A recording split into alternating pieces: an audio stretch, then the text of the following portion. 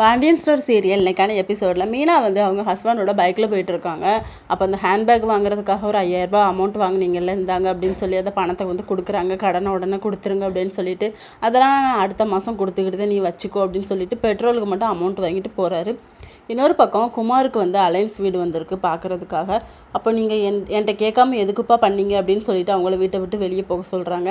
உனக்கு பொண்ணு தரதே பெருசுடா, இதில் நீ அவங்கள அவமானப்படுத்துறியா அப்படின்னு சொல்லி அவங்க அப்பா வந்து திட்டுறாங்க. நான் ஆல்ரெடி ரொம்ப ப்ராப்ளத்தில் இருக்கேன், தயவுசெய்து இப்போ எனக்கு கல்யாணமே வேண்டாப்பா, எந்த முடிவு எடுக்கிறதா இருந்தாலும் நீங்கள் என்கிட்ட கேட்டு எடுங்க அப்படிங்கிற மாதிரி சொல்லிடுறாரு. இன்னொரு பக்கம் இது எல்லாமே நம்ம சுகன்யாவும் கேட்டுட்ருக்காங்க. நேராக அரசிக்கிட்ட போய் சொல்கிறாங்க.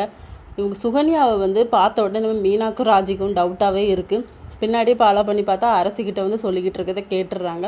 உங்களுக்கு கொஞ்சமாச்சும் அறிவு இருக்கா? அங்கே நடக்கிறது இங்கேயும், இங்கே நடக்கிறது அங்கேயும் சொல்கிறீங்களோ, ஒரு தடவை தான் பட்டாச்சா அப்படின்னு சொல்லி இவங்க 2 பேருமே திட்டிக்கிட்டு இருக்காங்க.